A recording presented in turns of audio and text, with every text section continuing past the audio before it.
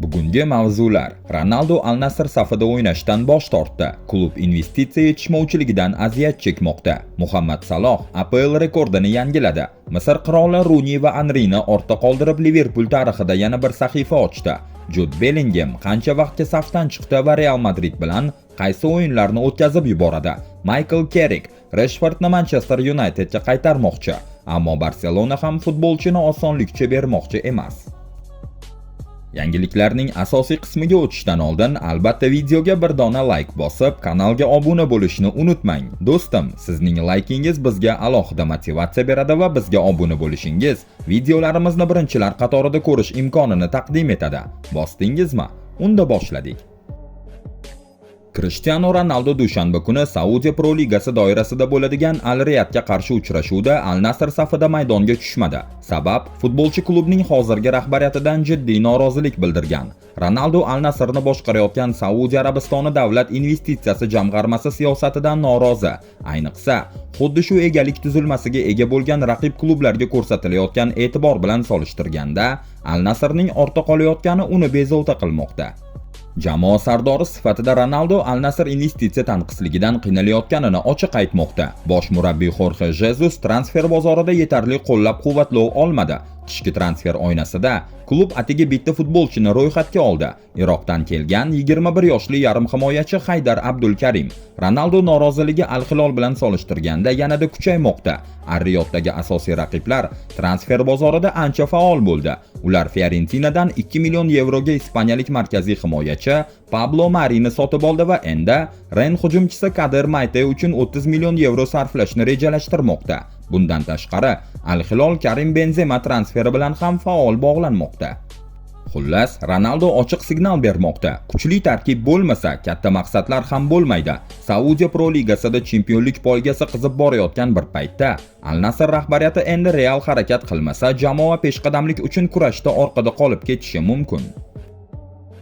Muhammad Saloh Manchester United afsonasi Wayne Rooney va Arsenalning buyuk futbolchisi Thierry Henryga tegishli bo'lgan rekordni yangiladi. Misr qiroli Anfielddagi murakkab davrdan keyin ham Liverpool uchun qanchalik muhim futbolchi ekanini yana bir bor isbotladi. Qizillar o'z maydonida Newcastle-ga qarshi o'yinda hisobda ortda qolib ketganiga qaramay, comeback amalga oshirdi va 4 ta gol urib, g'alabani qo'lga kiritdi. O'sha gollardan biriga Salah assist muallifi bo'ldi. Statistikaga qarasak, Salah Newcastle-ga qarshi o'yinlarda 10 ta gol urgan va yana 10 ta assist bergan. Shu tariqa, u APL tarixida bitta raqibga qarshi ham gol, ham assist bo'yicha ikki xonali ko'rsatkichga chiqqan ilk futbolchiga aylandi. Ammo bu hammasi emas. Anfielddagi navbatdagi assist bilan Salah yana bir tarixiy marrani zabt etdi. U APL davrida bitta stadionda eng ko'p gol ishtirokiga ega bo'lgan futbolchiga aylandi. Salah Liverpool uy stadionida 107 ta gol, 45 ta assist, jami 152 ta golli harakat amalga oshirdi. Bu ko'rsatkich bilan u Old Traffordda porlagan Wayne Rooney va tarix yozgan Thierry Henryni ortda qoldirdi. Yana ham qiziq tomoni, Salah 2027-yilgacha yangi shartnoma ustida ishlayapti.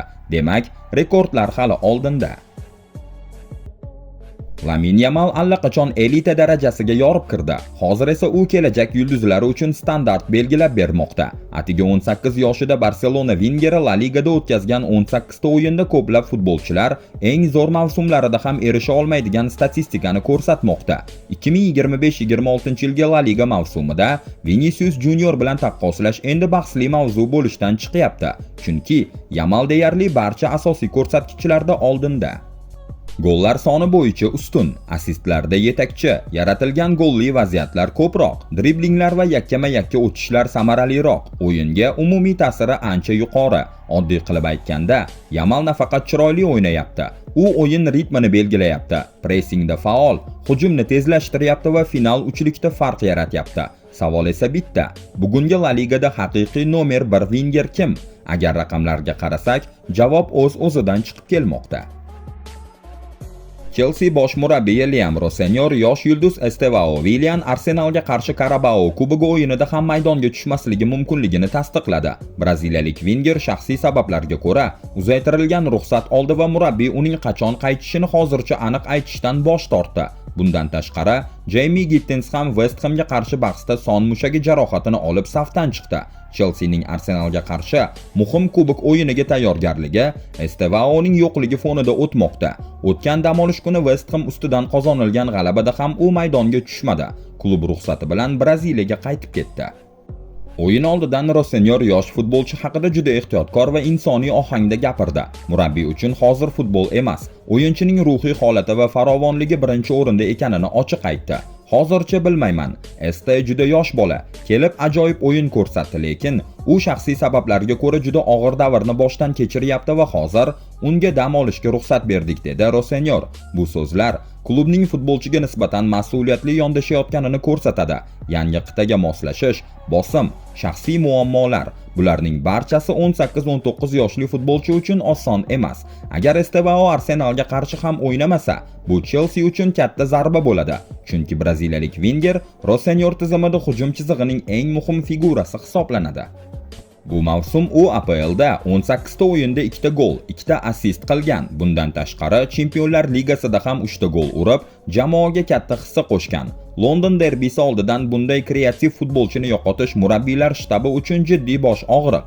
Estevaoning himoyani yorib o'tish qobiliyati, driblingi va so'nggi paslari Chelsea hujumining asosiy quroli edi. Hatto West Ham ustidan qozonilgan g'alabada ham uning yo'qligi sezildi. Jude Bellingham Real Madridning La Liga doirasida Rayo Vallecanoga qarshi o'yinida jarohat olib, ko'z yosh bilan maydonni tark etdi. Angliyalik yarim himoyachi son mushagini ushlab yiqildi va darhol uning qancha muddatga safdan chiqishi haqida xavotirlar paydo bo'ldi. Ispaniya ommaviy axborot vositalariga ko'ra, 22 yoshli futbolchi og'ir jarohatdan qutulib qoldi va taxminan 1 oyga safdan chiqadi. Real Madrid rasmiy saytida shunday bayonot e'lon qildi. Bugun klub tibbiy xizmati tomonidan o'tkazilgan tekshiruvlardan so'ng Jude Bellinghamning chap oyog'idagi semitendinoz mushagi jarohati aniqlangani tasdiqlandi. Uning tiklanish jarayoni nazorat ostida bo'ladi. Odatda klublar tiklanish muddatini aniq aytmaydi, ammo Madridda optimizm bor. AS nashri quyidagicha xabar berdi. Bellingham taxminan 1 oyga safdan chiqadi. Bu 3,5 hafta ham bo'lishi mumkin, 5 hafta ham, lekin o'rtacha muddat shu atrofida. Yulduz yarim himoyachining yo'qligi haqida esa murabbiy shunday dedi: Bu katta yo'qotish, lekin tarkibimiz juda kuchli. Bu yerda 17 nafar futbolchi bor. Ular 1,5 yil oldin Yevropa chempioni bo'lishgan. Har qanday yo'qotishni qoplay olamiz. Xulosa bitta: Bellingham vaqtincha yo'q, lekin Real Madrid uchun mavsum endi boshlanmoqda. Uning qaytishi chempionlik poygasida hal qiluvchi faktor bo'lishi mumkin. Xabarlarga ko'ra, Michael Carrick kelasi mavsum ham Manchester United bosh murabbiyi bo'lib qolsa, Marcus Rashfordni yana Old Traffordga qaytarishni xohlayapti. Ammo bu transfer jangida eng muhim ustunlik Barselona qo'lida.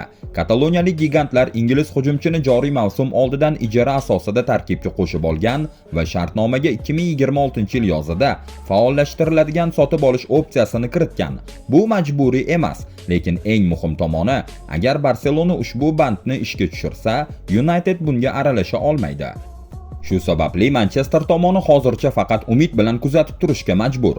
The Telegraph xabariga ko'ra, mavsum oxirigacha vaqtinchalik bosh murabbiy sifatida ishlayotgan Carrick 2026-27 mavsumida Rashford bilan yana birga ishlashni xohlayapti. Rashfordning qaytishi haqidagi gap so'zlar 2026 boshida Ruben Amorim iste'foga chiqarilgach yana jonlandi. Aynan portugaliyalik mutaxassis Rashfordni asosiy tarkibdan siqib chiqargan va uni avval Aston Villa, keyin Barselonaga ijaraga yuborgan. Endi vaziyat o'zgardi. Carrick qo'l ostida United, Manchester City, Arsenal va Fulham ustidan ketma-ket 3 ta g'alaba qozondi. Agar u yozda doimiy murabbiy etib tayinlansa, Rashford taqdiri bo'yicha katta qarorlar qabul qilinadi. Ispaniyada avvalroq Barselona Rashfordning Angliyaga qaytish niyatida xavotirda ekani haqida xabarlar chiqqan edi.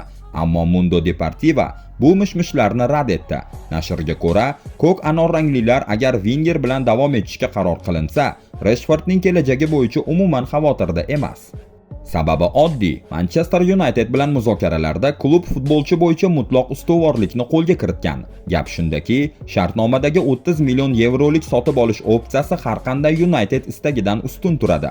Faqat bitta holatda vaziyat o'zgarishi mumkin. Agar Barselona kelishilgan narxni qayta muzokara qilishga urinsa, shunda ijara shartlari kuchini yo'qotadi va United yana o'yinga qaytishi mumkin. Rashfordning o'zi nimani xohlaydi? So'nggi paytda Rashford kelajagi haqida kam gapiryapti, lekin 2025-yil dekabrida u ochiqchasiga shunday degan edi: "Men Barselonada qolishni xohlayman. Bu asosiy maqsad. Bu yerga kelishimning sababi sovrinlar yutish. Klub juda katta, chempionlik ruhida yashaydi. Men jamoaga va shaharga juda tez moslashdim. Kelgan kunimdan boshlab iliq kutib olishdi. Bu yerda futbolchi sifatida o'sish uchun ideal muhit bor. Har kuni maksimal ishlayapman va jamoaga yordam berishni xohlayman. Keyingi yozda nima bo'lishini ko'ramiz." Bugungi xabarlar shulardan iborat edi. Agar oxirgacha ko'rgan bo'lsangiz va hali ham like bosmagan bo'lsangiz, albatta bir dona like bilan bizni qo'llab-quvvatlang va kanalga obuna bo'lishni unutmang. Keyingi videolarda uchrashguncha salomat bo'ling.